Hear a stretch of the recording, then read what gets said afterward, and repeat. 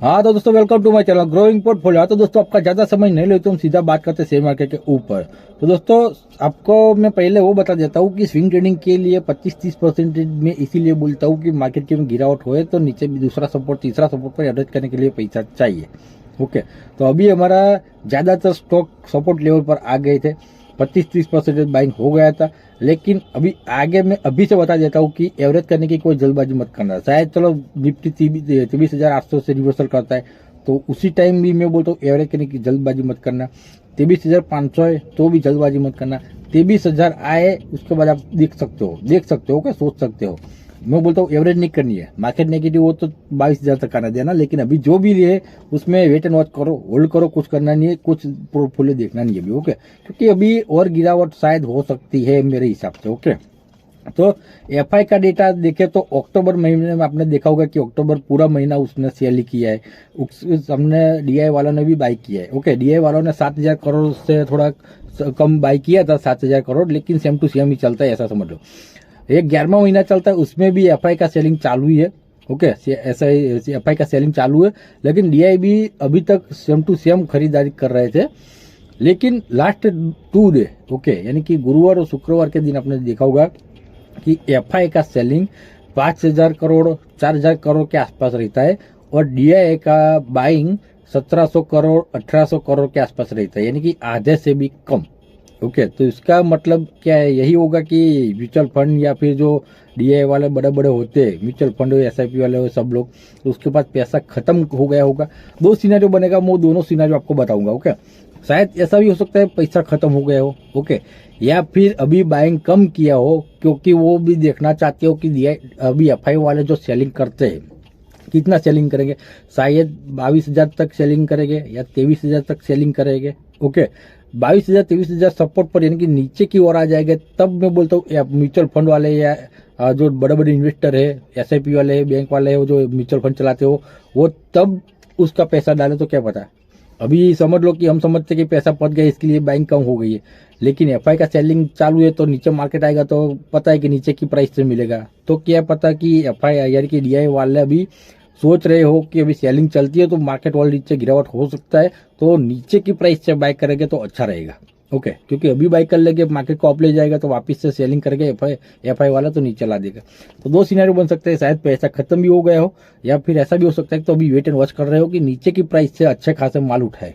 Okay, और दूसरी बात मैं बोलता हूँ कि चाइना वाले ने स्टीमलेस जो भी हो, मेरे को बोलने में तो तकलीफ होती है, लेकिन स्टीमलेस जो कि उसका पैकेज अनाउंसमेंट किया 1.40 बिलियन डॉलर का। तो क्या है कि इंडिया वाले क्यों नहीं करते, तो भाई इंडिया वाले क्यों करेंगे। इंडिया वाले की जीडीपी 60% के ऊपर चलती है, 60% के ऊपर आसपास चलती है। चाइना की जीडीपी चलती थी 5% के नीचे। ओके, यानी कि 2005 लास्ट 5 या 10 साल में चाइना में जिसने पैसा रोका होगा ना, उसका 5-7 साल के बाद माइनस हुआ है, प्रॉफिट तो नहीं मिला है, माइनस हुआ है। और इंडिया में जो 5 साल पहले जो 1 लाख भी डाल दिया होगा ना, तो अभी के टाइम तो कई शेयरों ने तो 25-30 लाख कर दिया है। वायर रिन्यूएबल, केपीआई ग्रीन, जोड़िक, ऐसी कई कई कंपनी है जो सोलर सिस्टम के अनुसार, शक्ति पंप, ऐसा कई कई स्टॉक है जो नीचे से ऊपर ला दिया है, 25-30 लाख कर दिया है, वो भी 3-4 साल में, 4-5 साल में। और चाइना का मार्केट 4-5 साल में नेगेटिव रिटर्न दिया है ऊपर से। ओके, तो उसको तो जाहिर सी बातें करना था पैकेज अलाउंस। अगर हमारी जीडीपी भी नीचे आ जाएगी 5 के नीचे तो हम भी करेंगे, लेकिन ऐसा सिचुएशन आएगा नहीं।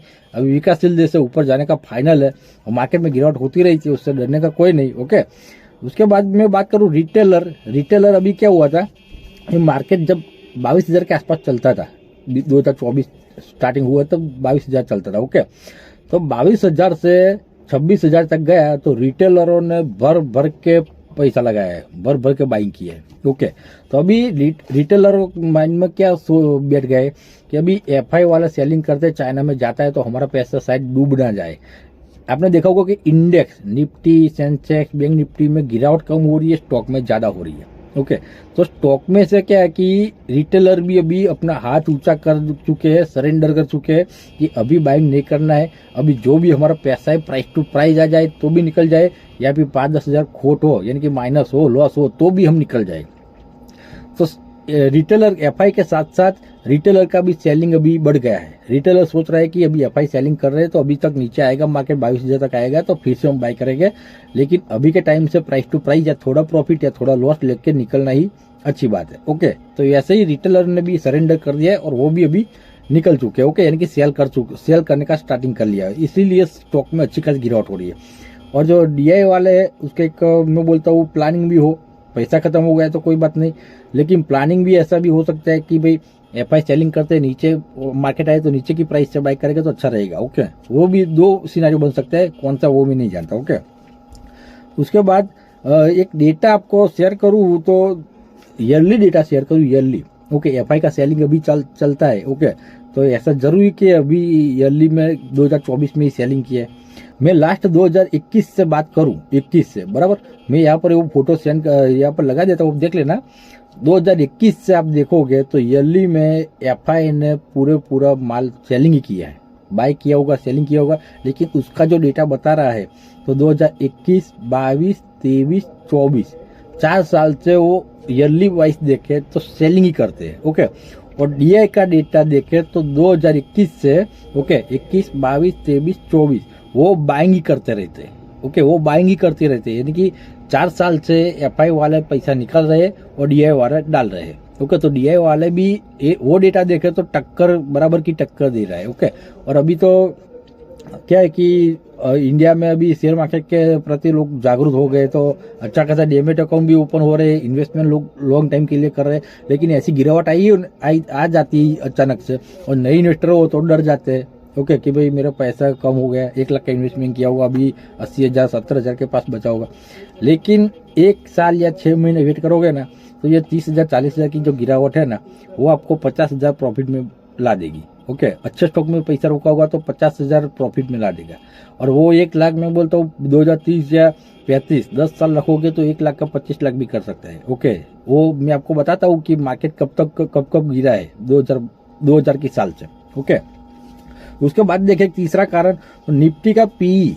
ओके, निफ्टी का भी पी होता है, सब स्टॉक का पी होता है, वैसे निफ्टी इंडेक्स का भी पी होता है। तो जब तक 26,300 चलता था ना तब उसका पी था 25-26 के आसपास। ओके, 26 के नजदीक था, लेकिन 26 के आसपास समझ लो, तो वो हाई माना जाता है। ओके, निफ्टी इंडेक्स की बात करूं तो हाई माना जाता है। तो उसके हिसाब से देखे तो हमारा कोई भी स्टॉक ले लो, वारा रिन्यूएबल ले लो, कोई भी स्टॉक ले लो, उसका पी इंडस्ट्री पी ज्यादा होगा या फिर उसका पी ज्यादा होगा, तो उसको नीचे लाने के लिए थोड़ा कंसोलिडेट करेगा या फिर नीचे आना पड़ेगा स्टॉक। ओके, वैसे इंडेक्स को नीचे आना पड़ेगा, कंसोलिडेट करके नीचे आना पड़ेगा, थोड़ा कंसोलिडेट करके नीचे आना पड़ेगा, ऐसे नीचे आना पड़ेगा। तो अभी 2000 की गिरावट के बाद 26,300 के बाद 24,000 तक आते यानी कि 2200 की गिरावट के बाद अभी निफ्टी का पी है 22.5, यानी कि 22 से 23 के बीच में। ओके, यानी कि 3 पॉइंट अभी डाउन हुआ है निफ्टी। तो उसके हिसाब से मैं बोलता हूँ पी अगर 20 से नीचे होगा तो अच्छा खासा मैं बोलता हूँ लो मार्केट हो जाएगा, वहां से अप आने की चांसेस ज्यादा है। लेकिन अभी भी 22.5 है, तो उसके हिसाब से देखो अभी 2000 की गिरावट हुई है, 3 पॉइंट माइनस हुआ है, तो अभी 24,000 चलता है, तो उसके हिसाब से 24,000 से 22,000 तक आना चाहिए, और 22,000 तक आएगा तो निफ्टी का पी हो जाएगा 19 के आसपास। ओके, अगर 19 के आसपास हो जाए तो समझ लो कि मार्केट में अभी प्रेशर आएगा बाइंग का, और वहां से वापिस से ऊपर निकलेगा। ओके, या फिर ऐसा भी हो सकता है 22,000 के आसपास ला दे, या 22,000 23,000 के बीच में ला दे। ओके, उसके बाद पी को कंसोलिडेट करके मार्केट थोड़ा अप जाए डाउन जाए, अप जाए डाउन जाए, ऐसे करके कंसोलिडेट करके पी को नीचे लाया जाए। पी नीचे आ जाएगा तो वैल्यूएशन थोड़ी नीचे आ जाएगी, उसके बाद बाइंग आएगी तो वापिस से ऊपर आएगा तो फाइनल आएगा। 2000 अभी मैं बोलता हूँ 1.5 महीने में 2000 पॉइंट गिरावट हो गई है, 1 महीने में 1.5 महीने में, तो मैं बोलता हूँ और 1.5 महीने यानी कि 12वां महीना तक समझ लो कि मार्केट गिरने वाला ही, ऐसे ही समझ लो। तो कोई भी स्टॉक बाय करना नहीं है, होल्ड करना है, देखते रहना है मार्केट, और गिरावट हो है ना उसका एंजॉय करना है। नीचे से मैं बोलता हूँ लॉन्ग टाइम वाले को अच्छा खासा अपॉर्चुनिटी मिल सकता है नीचे के लेवल से बाय करने का। ओके, और एक दूसरी बात भी बता देता हूँ कि निफ्टी ने कब गिरावट दिखाई है ऐसी, ये तो छोटी मोटी गिरावट है, अभी 10% की गिरावट हुई है, छोटी मोटी गिरावट है, खैर डरने की बात नहीं है। 2000 की बात करें तो 2000 से 2003 तक मार्केट डाउन हुआ था। उस टाइम में बोलता हूँ 1000 पॉइंट डाउन हुआ था, तो उस टाइम में 1900 चलता था और 900 के आसपास आ गया था। ओके, उसके हिसाब से देखो कि 50% की गिरावट माना जाता है, ऐसा देखा जाए तो। ओके, वो मैं गूगल का जो चार्ट होता है ना, गूगल के चार्ट में से मैं बोलता हूँ। ओके, मैं मेरा शब्द नहीं बोलता, गूगल के चार्ट में से बोलता हूँ। ओके, 2000-2003 के बीच अच्छा खासा मार्केट गिरा था। उसके बाद मार्केट सतत डाउन ऊपर गया था।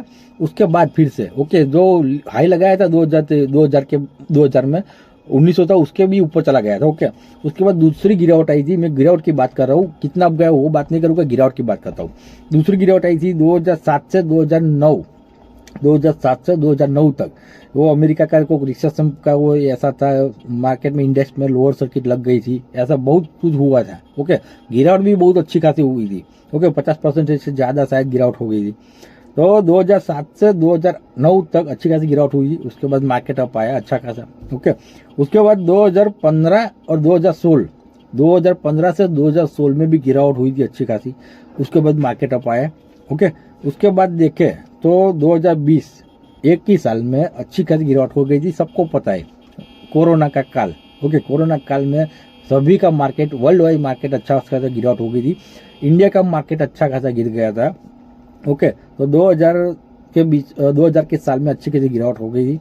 उसके बाद देखे तो 2021-22 जो यूक्रेन और रशिया का युद्ध हुआ था। ओके, जब युद्ध हुआ था तब आपने देखा होगा कि कैसी गिरावट हो रही थी, वो तो मैंने देखी है। इन्वेस्ट भी था मेरा।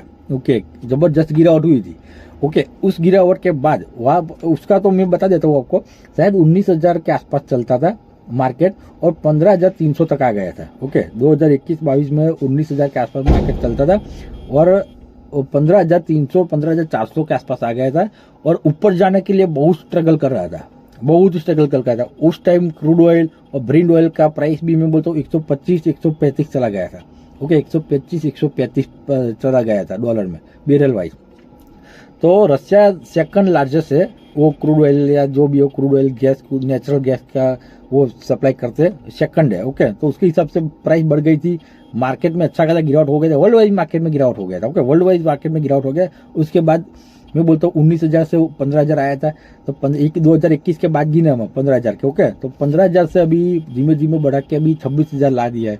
तो मैं बोलता हूँ 4 साल में अभी 10,000 पॉइंट बढ़ा दिया है। तो थोड़ी गिरावट बनती है, तो डरने का नहीं। ऐसी गिरावट अभी चालू है। अभी गिरावट एफआई सेलिंग कर रहे, चाइना में जा रहे। चाइना के लोग हैं जो खुद के इन्वेस्टर, वो चाइना के वाला। ओके, 1.40 बिलियन डॉलर की राहत पैकेज जाहिर किया है, तो वो भी चाइना को लोगों को पसंद नहीं है अभी। ओके, तो चाइना का भी मार्केट अभी नीचे है। तो देखो अभी क्या होता है आगे। एफआई का सेलिंग चालू है तो रहने दो, अभी 22,000 तक आने दो। 4,000 की गिरावट बनती है अभी, ऐसा मार्केट में 4,000 की गिरावट बनती है। जो नए इन्वेस्टर है, ओके, आपके फैमिली में या कि किसी भी, मैं बोलता हूँ आपका दोस्त हो, वो उसको शेयर मार्केट में इंटरेस्टेड हो। ओके, और वो अभी सोच रहा होगा कि 26,000 से मार्केट हाई हो गया है, इन्वेस्ट करने का भी टाइम नहीं है, तो उसको वीडियो सेंड कर देना कि 22,000 तक निफ्टी आया ना, तो मस्त एक 50,000, लाख, 2 लाख, 3 लाख, 5 लाख, 7 लाख, 10 लाख का मस्त पोर्टफोलियो बना के 2030 तक वेट कर। ओके, 2030 तक ये मैं बोलता हूँ फिर से 35,000 तक भी चला जाएगा निफ्टी। ओके, अभी गिरावट हो रही है तो रेगुलर गिरावट होगी। 15,000 तक ओछा 15,000 तक ओछा आएगा। ओके, 15,000 तक नहीं आएगा या 20,000 तक भी नहीं आएगा। अगर मैं बोलता हूँ 20,000 तक आएगा ना, तो बेस्ट अपॉर्चुनिटी है लॉन्ग टाइम वाले के लिए। 22,000 तक भी आएगा तो भी अपॉर्चुनिटी है। तो अभी 2,000 पॉइंट गिरा है। ओके, तो अभी 2,000 पॉइंट गिरने दो। उसके बाद लॉन्ग टाइम के लिए बिंदास बाई कर लेना। और मैं बोलता हूँ जिसने भी स्विंग ट्रेडिंग के लिए जो बाई किया है अभी, वो मैं बोलता हूँ उसको भूल जाओ, यानी कि सेल नहीं करना है खोट में, यानी कि लॉस में सेल नहीं करना है। 25-30% जो बाई किया है उसको रहने दो, ऐसे ही रहने दो। 22,000 निफ्टी आएगा तो ही मैं बोलता हूँ उसमें एवरेज करना, उससे पहले क्लियर लेना। ओके, भले ही नीचे मैं बोलता हूँ 150-200 पॉइंट नीचे गिरावट हो जाएगा, तो 150-200 पॉइंट नीचे एवरेज करने का अच्छा मौका मिलेगा। ओके, अभी 50 पॉइंट गिरने के बाद एवरेज करोगे तो लोचा पड़ेगा। अभी छोड़ दो एवरेज करने के लिए। प्राइस टू प्राइस आए तो निकल जाना, या फिर 500-1000 रुपये प्रॉफिट मिला तो निकल जाना, वरना मैं बोलता हूँ वेट करना। 22,000 की निफ्टी 22,000 आएगा, उसके बाद ही अब मैं बोलता हूँ एवरेज करना, उससे पहले नहीं। ओके, बस दोस्तों इस वीडियो में इतना ही। वीडियो अच्छा लगे तो वीडियो को लाइक कर दीजिएगा, चैनल को सब्सक्राइब कर दीजिएगा, वीडियो को शेयर कर दीजिएगा। जय हिंद, जय भारत।